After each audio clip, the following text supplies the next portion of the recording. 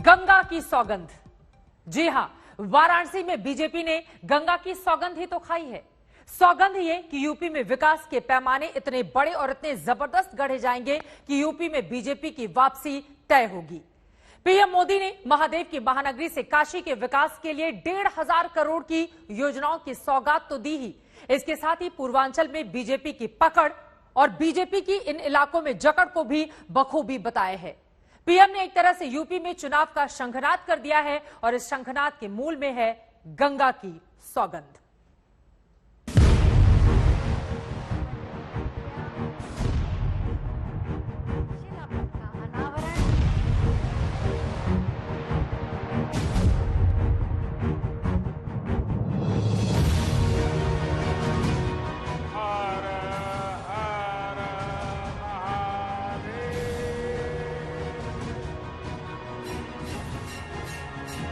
ये शंखनाद है उत्तर प्रदेश के चुनाव का। ये शंखनाद है यूपी में बीजेपी की रणनीति का। ये शंखनाद है पीएम मोदी के मिशन यूपी का। घंटे घड़ियाल की ध्वनि के साथ स्टेज पर पीएम मोदी का आगमन। जोरदार तालियों के साथ संसदीय क्षेत्र काशी नगरी में सौगातों की झड़ी, 205 योजनाओं का शिलान्यास और 78 योजनाओं का उद्घाटन, पूरे 1,500 करोड़ की सौगात। परियोजनाएं काशी के विकास और समृद्धि के महादेव की नगरी में हर हर महादेव के नारे से संबोधन का श्री गणेश।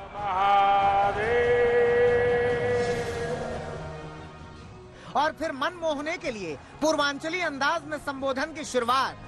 काशी के सभी लोगन के प्रणाम। 8 महीने बाद पीएम मोदी वाराणसी पहुंचे तो सामने 2022 के चुनाव की चुनौती नजर आई। ऐसे में उन्होंने विकास के दावे, तरक्की के वादे और अपने चुनावी इरादे सब जाहिर कर दिए।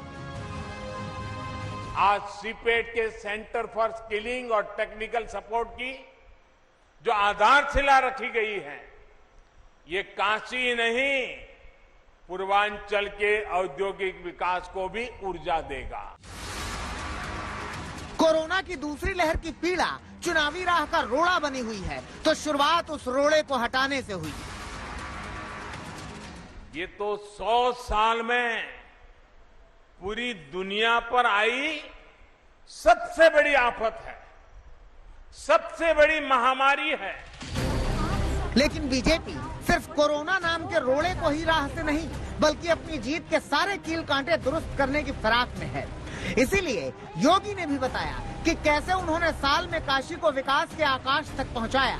सीएम योगी के मुताबिक 7 साल में वाराणसी में 10,300 करोड़ रुपए की परियोजना अमल में आई है, वहीं 10,084 करोड़ की और योजना जारी है। कोरोना काल के बाद ये पहला दौरा है प्रधानमंत्री मोदी का, जब अपने क्षेत्र की जनता से वो सीधे रूबरू हो रहे हैं और उनके लिए सौगातें लेकर के आ रहे हैं। लेकिन पूर्वांचल उत्तर प्रदेश की सियासत के लिए सबसे बड़ी जगह, सबसे ऐसी जगह जहां पर तमाम दलों ने अपनी पूरी ताकत झोंक रखी है। और जिस तरीके से प्रधानमंत्री आज वाराणसी पहुंचकर लोगों से संवाद कर रहे हैं, सीधे उनसे मिल रहे हैं, सीधे उनके लिए योजनाओं की सौगात दे रहे हैं, ये कहीं ना कहीं 2022 की ओर इशारा कर रहा है। काशी पर आखिर इतना जोर क्यों है? तो सुनिए, काशी में आस्था है, ये पूर्वांचल पर सियासी पकड़ का रास्ता है, सांस्कृतिक राजधानी के तौर पर अंतर्राष्ट्रीय ख्याति है और अब 2 बार से काशी पीएम की संसदीय सीट होने पर भी इतराती है। पीएम मोदी कुल 27 बार काशी आए हैं, लेकिन इस बार का आना अलग है क्योंकि सामने यूपी का विधानसभा चुनाव है और काशी उस कड़ी में बेहद अहम है। काशी की डगर है तो सामने पूर्वांचल पर नजर है, क्योंकि पूर्वांचल में लोकसभा की 26 सीटें हैं। 2014 में 24 सीटें बीजेपी और सहयोगी पार्टी ने जीती। 2019 में पूर्वांचल की 26 लोकसभा सीटों में से बीजेपी ने 17 और 2 सीटें सहयोगी अपना दल ने जीती। 2017 के विधानसभा चुनाव में पूर्वांचल की 167 सीटों में से बीजेपी ने 129 पर जीत दर्ज की। लेकिन कोरोना की चुनौतियों ने पूर्वांचल में बीजेपी को मुश्किलों में डाल रखा है। पूर्वांचल में डवाडोल होते राजनीतिक हालात से बीजेपी में बेचैनी है। इसलिए माना जा रहा है कि इससे पहले कि यूपी में चुनाव का ऐलान हो जाए, काशी के बहाने पीएम मोदी खुद मैदान में कूदे हैं। कुमार अभिषेक, वाराणसी, आज तक। बनारस घाटों का शहर है, घंटों, घड़ियालों, मंदिरों और मठों का शहर है। इसी शहर के सबसे बड़े विश्वविद्यालय के प्रांगण में पीएम मोदी ने उन तमाम अटकलों और अफवाहों को हवा कर दिया जो कहती थीं कि यूपी बीजेपी में सब ठीक ठाक नहीं है। आज पीएम मोदी के शब्दों से सीएम योगी के लिए फूल झरे हैं। पीएम मोदी ने योगी की जमकर तारीफ की। उस तारीफ का अर्थ यह है कि यूपी के चुनाव योगी के चेहरे पर ही बीजेपी लड़ेगी और सीएम का चेहरा भी योगी आदित्यनाथ ही होंगे। योगी के नाम पर जीत की है ये गंगा की सौगंध।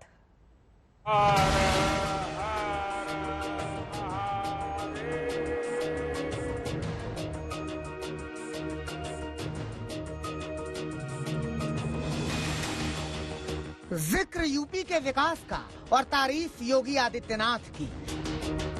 योगी जी की सरकार, ये सरकार आने के बाद इस दिशा में जो प्रयास हो रहे थे उनमें और तेजी आई है।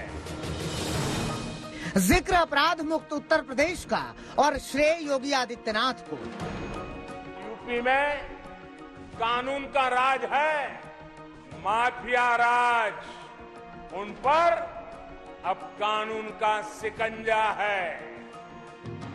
जिक्र कोरोना के खिलाफ जंग का और विश्वास योगी आदित्यनाथ पर। सेकेंड वेव के दौरान यूपी ने जिस तरह कोरोना संक्रमण को फैलने से रोका वो अभूतपूर्व है। वाराणसी के मंच से पीएम मोदी उत्तर प्रदेश में बीजेपी राज में हुए विकास की गाथा तो गिना रहे हैं और प्रदेश में बदलाव का श्रेय सीएम योगी आदित्यनाथ को देते जा रहे थे। वाराणसी में विकास योजनाओं के उद्घाटन के बीच पीएम मोदी ने सीएम योगी की जमकर पीठ थपथपाई। तो मुझे भी कई बार सोचना पड़ता है कि यूपी के कौन से विकास कार्यों की चर्चा करूं, कौन से कार्यों की चर्चा छोड़ दूं।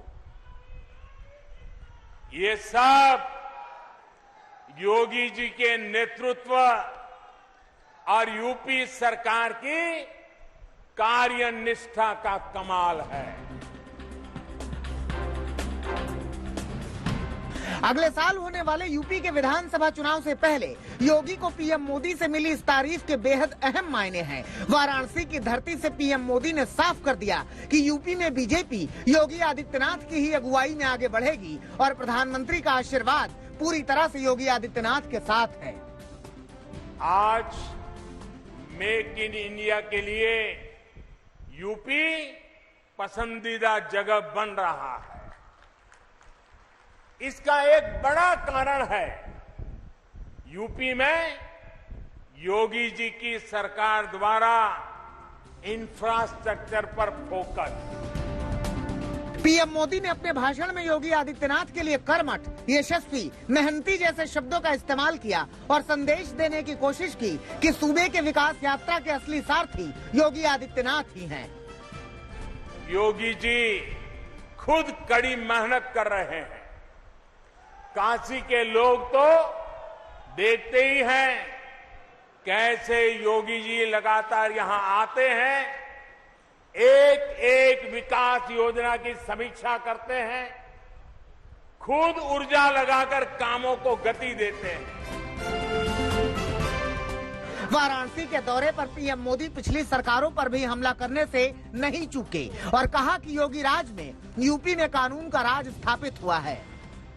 यूपी में कानून का राज है, माफिया राज और आतंकवाद जो कभी बेकाबू हो रहे थे उन पर अब कानून का शिकंजा है।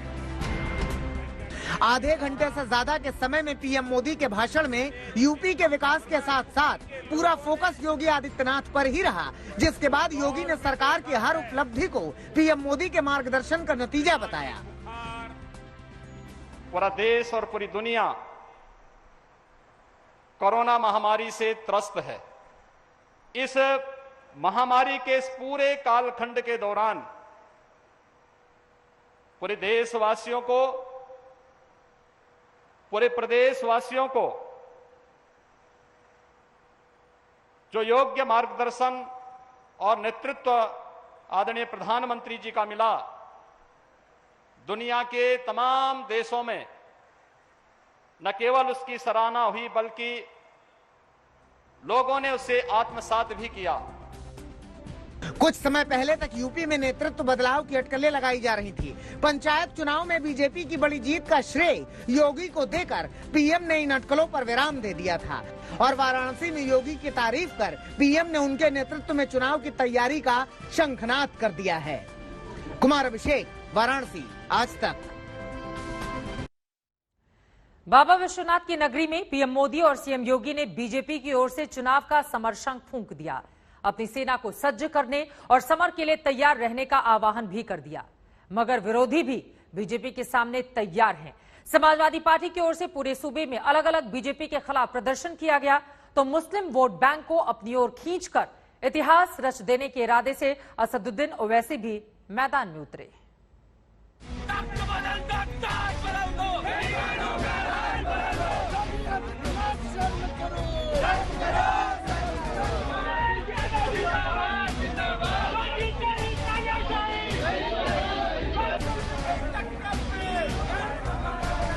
पंचायत चुनाव में भले ही बीजेपी ने बढ़त बना ली हो, लेकिन यूपी के चुनावी रण में विरोधी इतनी आसानी से हथियार डालने वाले नहीं। शहर शहर में विपक्ष ने बीजेपी के खिलाफ मोर्चा खोल दिया है और सड़कों पर उतरकर सरकार बदलने के लिए आवाज बुलंद कर रहे हैं।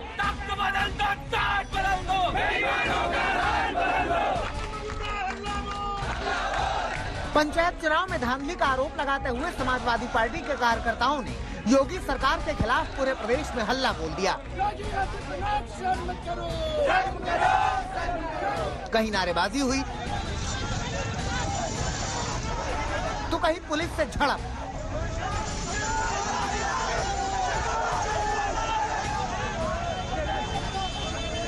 और कहीं तो कार्यकर्ताओं को रोकने के लिए लगाई गई बैरिकेडिंग किसी काम न आ सकी। समाजवादी पार्टी के कार्यकर्ताओं ने अपने तेवर से जाहिर कर दिया कि यूपी का सियासी रण बहुत भीषण होगा। योगी सरकार के खिलाफ लड़ाई सिर्फ सड़क पर ही नहीं लड़ी जा रही है, सियासत के सारे समीकरण को साधकर बीजेपी के विरुद्ध मोर्चा बंदी की तैयारी है।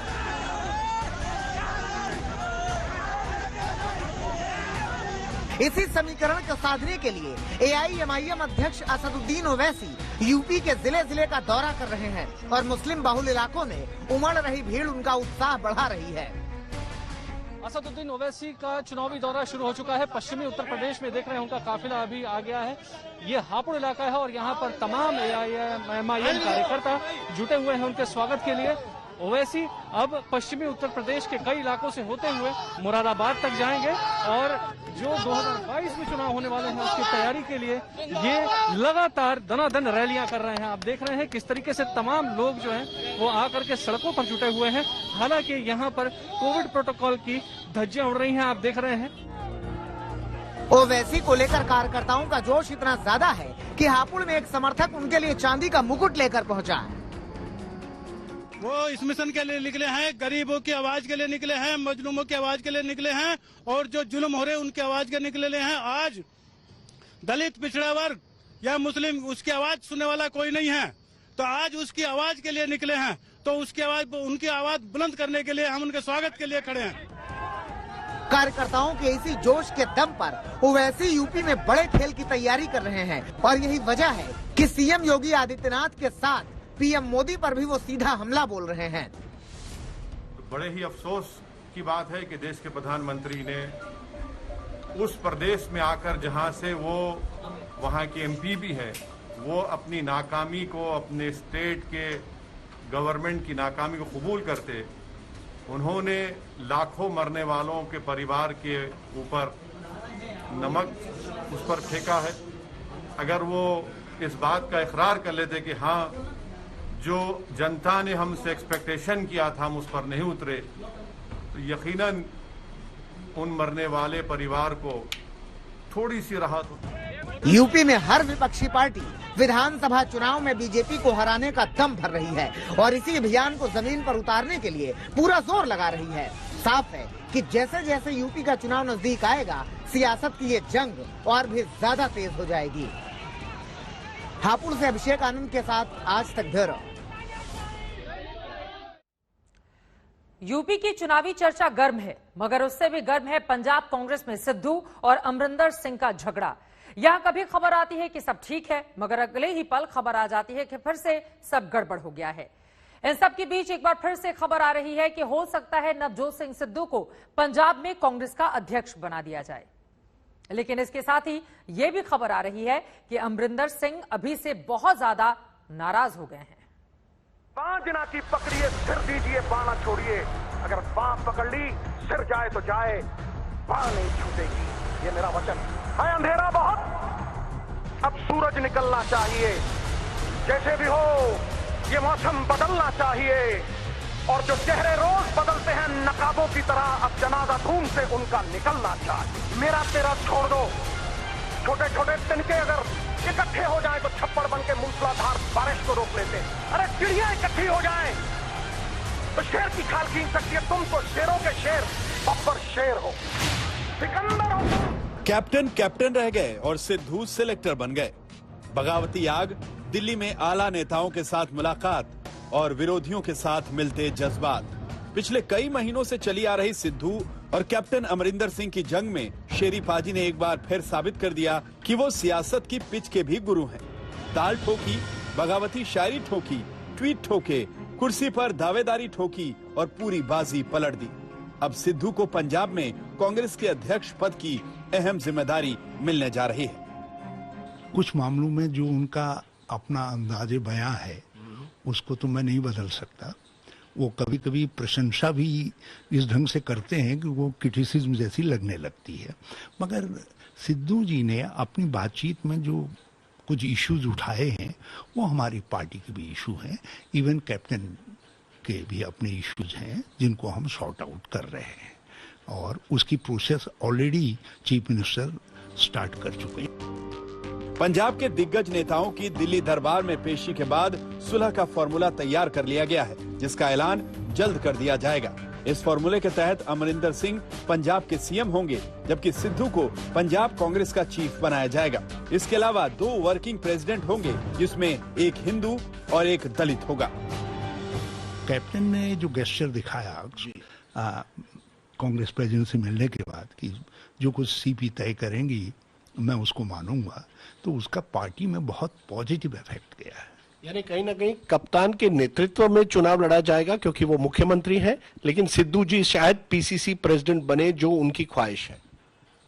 कहीं इसी के आसपास हमको बैलेंस करना पड़ेगा। इस फॉर्मूले में पंजाब में वोट बैंक का समीकरण भी छिपा है, क्योंकि सिख सीएम के बाद अध्यक्ष पद का जिम्मा भी अगर सिद्धू को जाता है तो फिर मौजूदा पंजाब कांग्रेस अध्यक्ष सुनील जाखड़ की कुर्सी जानी तय है। ऐसे में 2 वर्किंग प्रेसिडेंट का फॉर्मूला तैयार हुआ है, जिसमें हिंदू नेताओं को जगह दी गई है ताकि वोट बैंक को पूरी तरह से साधा जा सके। अब सवाल खड़ा होता है कि क्या अमरिंदर सिद्धू को इतनी बड़ी जिम्मेदारी सौंपने के समर्थन में है, क्योंकि दिल्ली में आला नेताओं से मिलने के बाद भी अमरिंदर ने सिद्धू को पंजाब के अध्यक्ष पद दिए जाने का विरोध किया था। सूत्रों की माने तो अमरिंदर सिंह इस फॉर्मूले को लेकर नाराज हैं। ऐसे में अटकलों का बाजार गर्म है। जो मुख्यमंत्री हैं वो बहुत ही लोकप्रिय नेता हैं और सबसे बड़ी बात यह कि पंजाब की जनता कांग्रेस पार्टी और कांग्रेस सरकार के साथ है। बाकी चाहे अकाली हो, भाजपा हो, आम आदमी पार्टी हो, उनके पैरों तले सियासी जमीन नहीं है। तो उनके पास सिर्फ एक ही तरीका है ये दिखाने का कि कांग्रेस पार्टी के अंदर मतभेद है, मनभेद है। नवजोत सिद्धू तो आम आदमी पार्टी के पक्ष में भी बयान दे रहे हैं। देखिए, बहुत से नेता बहुत सारी बात कहते हैं, उनकी व्यक्तिगत ओपिनियन है। इस पूरे खेल में पीके की भूमिका भी बेहद अहम मानी जा रही है। पंजाब में कांग्रेस की रणनीति की जिम्मेदारी प्रशांत किशोर के हाथों में है, जिन्होंने कुछ दिन पहले ही कांग्रेस के आला नेताओं से दिल्ली में मुलाकात भी की थी और काफी मंथन के बाद ये फॉर्मूला तैयार हुआ है, जिसमें संकेत दिया गया कि पंजाब में कांग्रेस के लिए कैप्टन और सिद्धू दोनों ही जरूरी हैं। लेकिन पंजाब में अभी खेला खत्म नहीं हुआ है, कांग्रेस में सब चंगा नहीं है। दिल्ली से राजदीप सरदेसाई और आनंद पटेल के साथ सत्येंद्र चौहान, चंडीगढ़ आज तक। और अब बात ममता बनर्जी की, जिन्हें सीएम बने रहने के लिए 6 महीने के अंदर उपचुनाव जीतना जरूरी है। आज टीएमसी का एक प्रतिनिधिमंडल दिल्ली में चुनाव आयोग के दफ्तर पहुंचा, जहां उसने ज्ञापन सौंपा है। टीएमसी ने पश्चिम बंगाल की खाली 7 विधानसभा सीटों के उपचुनाव कराने की मांग की है।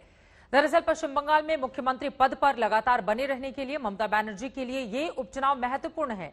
सीएम ममता बनर्जी पिछले विधानसभा चुनाव में नंदीग्राम विधानसभा सीट से चुनाव हार गई थीं और नवंबर में ममता की 6 महीने पूरे हो रहे हैं। इस बीच ममता बनर्जी ने साफ कर दिया है कि राज्य में उपचुनाव कराने की पूरी परिस्थिति है। कोरोना पूरी तरह से कंट्रोल में है। ऐसे में उम्मीद है कि चुनाव आयोग सही समय पर उपचुनाव कराएगा। By-election is the, as per constitution, we have the provision within 6 months by-election is to be held. If there is any emergency situation, then the election commission is to take the decision as per law, as per constitution. And the provision is very clear that within 6 months, the by-election is to be held. So within 6 months, we are not asking anything illegal. And number 2, which opposition are scared, that is the BJP party. They know that they will lose every election. That's why. That is, they are worried for that. We are not.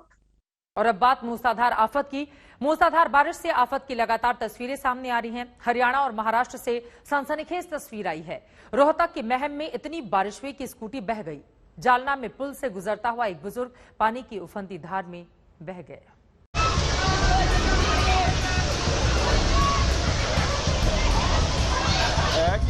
ये तस्वीर हैरान करने वाली है। पानी की लहरों में स्कूटी बहती ही जा रही है।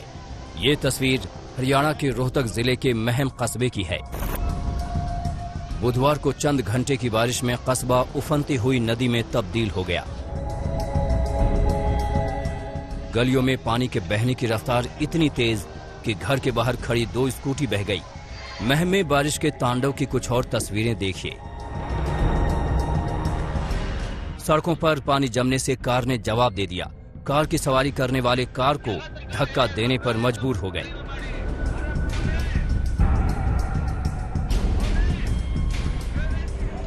महाराष्ट्र के जालना जिले के परतूर तहसील के छोटे से वरफलवाड़ी गांव की यह तस्वीर हैरत अंगेज है।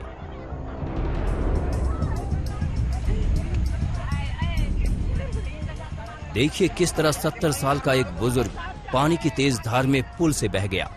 शुक्र है कि कुछ युवकों ने तुरंत छलांग लगाकर बुजुर्ग को बचा लिया।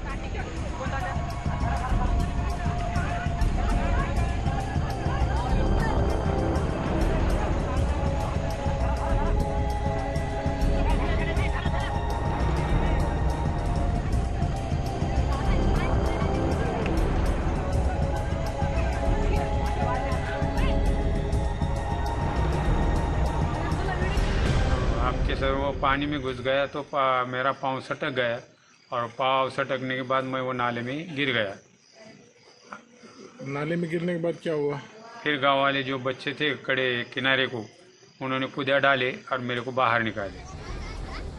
दरअसल जालना जिले में पिछले कुछ दिनों से लगातार बारिश हो रही है और नदी में उफान आया हुआ है। तस्वीरें देखिए, नदी का पानी पुल के ऊपर से बह रहा है।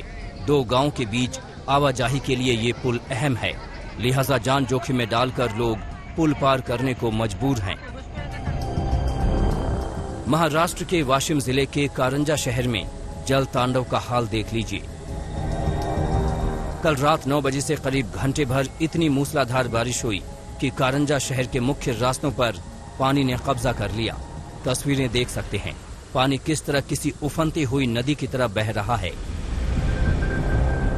हर साल गर्मी के बाद मॉनसून का बेसब्री से इंतजार रहता है, लेकिन गर्मी से राहत पहुंचाने वाली बारिश अक्सर आफत लेकर भी आती है। ये तस्वीरें उसी आफत की हैं। आज तक ब्यूरो। अबैल मुझे मार, ये कहावत हर उस शख्स पर लागू हो रही है जो कोरोना के नियमों की धज्जियां उड़ा रहा है। ना तो सोशल डिस्टेंसिंग का पालन कर रहा है और ना ही मास्क लगा रहा है। हमारे नेता भी इसमें पीछे नहीं है। AIMIM के मुखिया असदुद्दीन ओवैसी पश्चिमी यूपी में पहुंचे तो उनके समर्थकों ने कोविड प्रोटोकॉल की जमकर धज्जियां उड़ाकर रख दी। देखिए।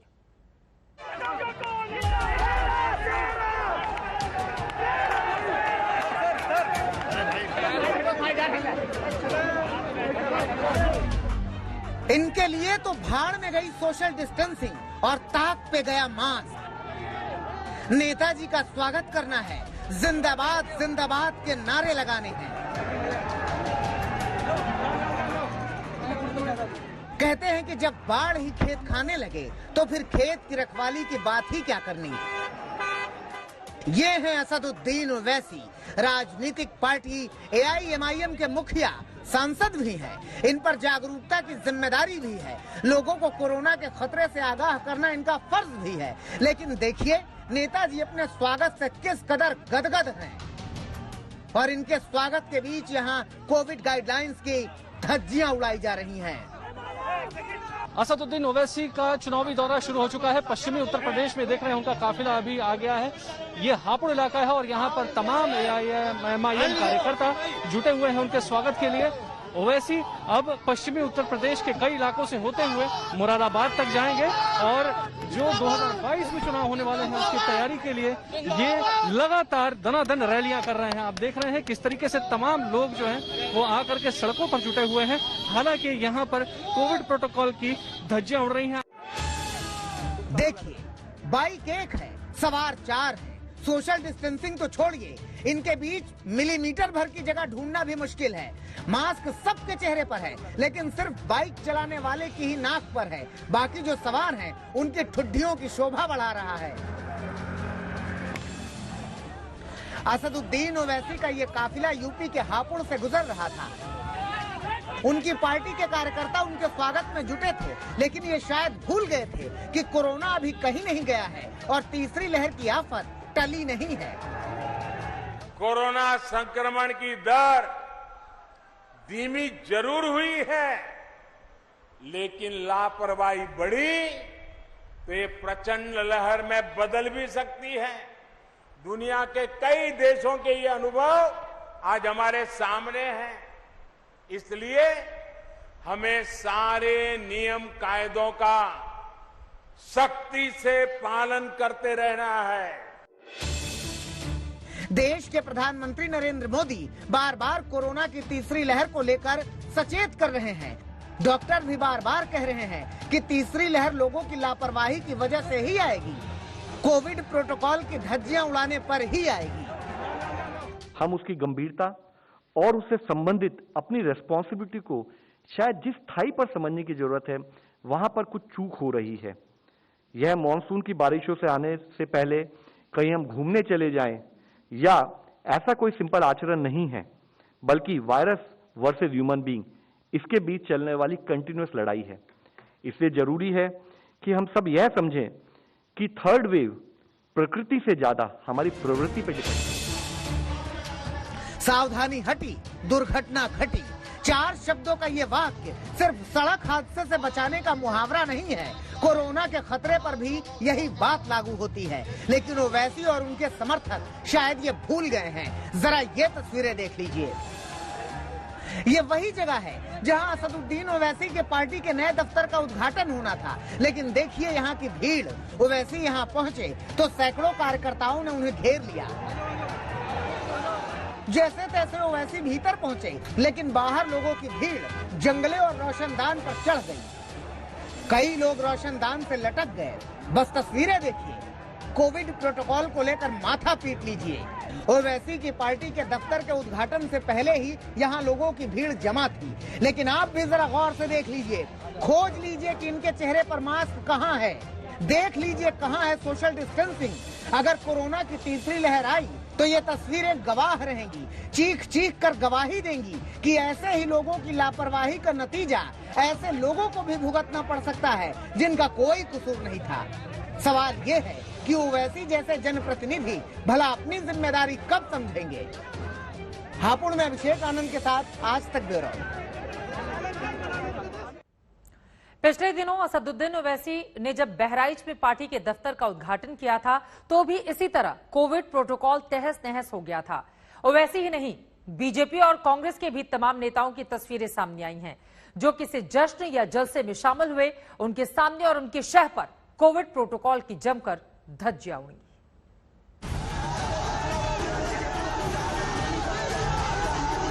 पूरे कुएं में जैसे भांग पड़ी है।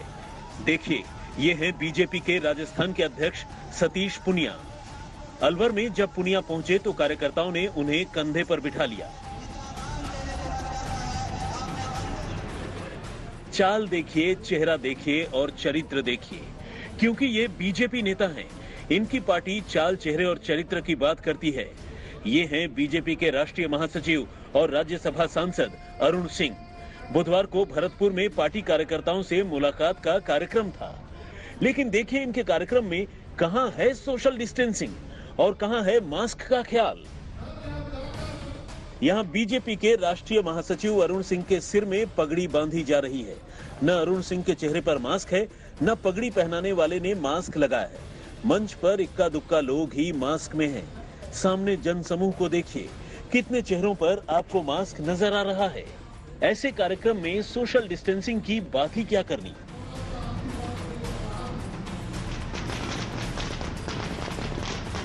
यहाँ देखिए, यहाँ नेताजी का जन्मदिन मनाया जा रहा है। महाराष्ट्र के बुल्ढाना जिले के मलकापुर से कांग्रेस विधायक राजेश एकड़े का अवतरण दिवस है। समर्थकों का सैलाब उमड़ पड़ा है। विधायक जी को शॉल ओढ़ाया जा रहा है, खुशियां मनाई जा रही हैं, ढोल ताशे बज रहे हैं। जन्मदिन के इस जश्न के शोरगुल में कोविड प्रोटोकॉल की बात करना ही बेमानी है। कोरोना की दूसरी लहर अभी गई नहीं है और तीसरी लहर के लिए बार बार चेताया जा रहा है, लेकिन सियासी लोगों को तो जैसे इसकी कोई परवाह ही नहीं है।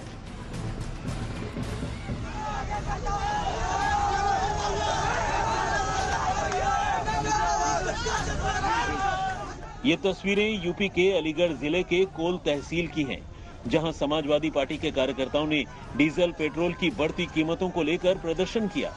पूर्व विधायक राकेश सिंह और ब्लॉक प्रमुख समेत कई नेता जेसीबी में चढ़कर योगी और मोदी का पुतला लेकर तहसील पर पहुंच गए। पुतलों को आग भी लगा दी। प्रशासन देखता रह गया। इस पूरे प्रदर्शन के दौरान न तो सोशल डिस्टेंसिंग का ख्याल था और न ही मास्क लगाने का कोई मतलब था। समाजवादी पार्टी ने यूपी में जगह जगह डीजल पेट्रोल के खिलाफ प्रदर्शन किया, लेकिन कहीं भी कोविड प्रोटोकॉल का पालन दिखाई नहीं दिया।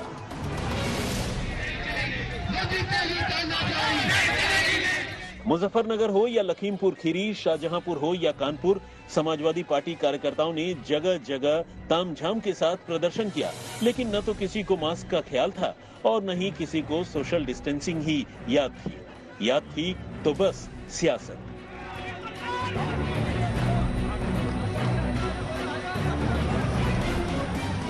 और ये तस्वीरें हैं चंडीगढ़ की, जहां बीजेपी कार्यकर्ता पंजाब के मुख्यमंत्री कैप्टन अमरिंदर सिंह के खिलाफ प्रदर्शन कर रहे हैं। जिस तरह से ये कोविड प्रोटोकॉल की धज्जियां उड़ा रहे हैं, ऐसा लगता है कि इनका प्रदर्शन कोरोना नियमों के खिलाफ भी था। आज तक ब्यूरो। अगर लोग ऐसे ही लापरवाह रहे तो कोरोना की तीसरी लहर तो आनी ही है। कहीं आस्था के नाम पर तो कहीं पर्यटन के नाम पर लोगों का सैलाब उमड़ रहा है। उत्तराखंड और हिमाचल प्रदेश से अब तक सैलानियों की जमघट की तस्वीरें आ रही थीं, लेकिन अब तलवारबाजी की तस्वीरें भी सामने आ गई हैं।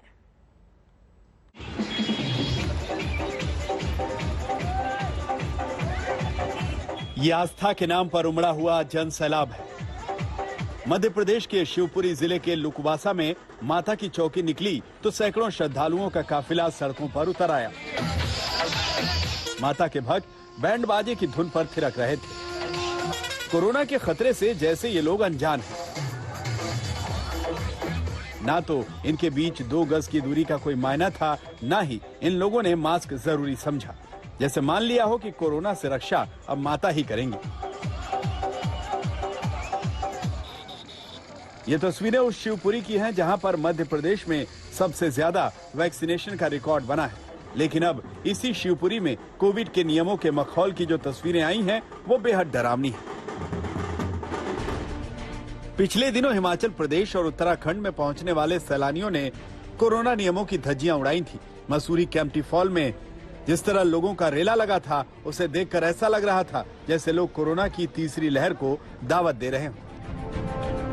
हिमाचल के शिमला, धर्मशाला, कुल्लू और मनाली में भी ऐसे ही सैलानियों का जमावड़ा लगा था। गर्मी से बचने के लिए हिमाचल में आए इन सैलानियों में से कुछ ऐसे भी हैं जिनका दिमाग अभी भी ठंडा नहीं हो पाया है।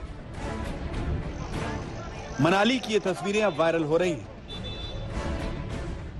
देखिए कैसे यहाँ सड़कों पर तलवार लहराई जा रही है। मनाली थाने से महज 100 किलोमीटर की दूरी पर ओवरटेकिंग को लेकर विवाद में तलवारें निकल आईं। इन लोगों ने एक स्थानीय युवक पर हमला भी किया। ये वीडियो अब वायरल हो रहा है। इस मामले में मनाली पुलिस ने 4 सैलानियों को हिरासत में लिया है। आज तक ब्यूरो।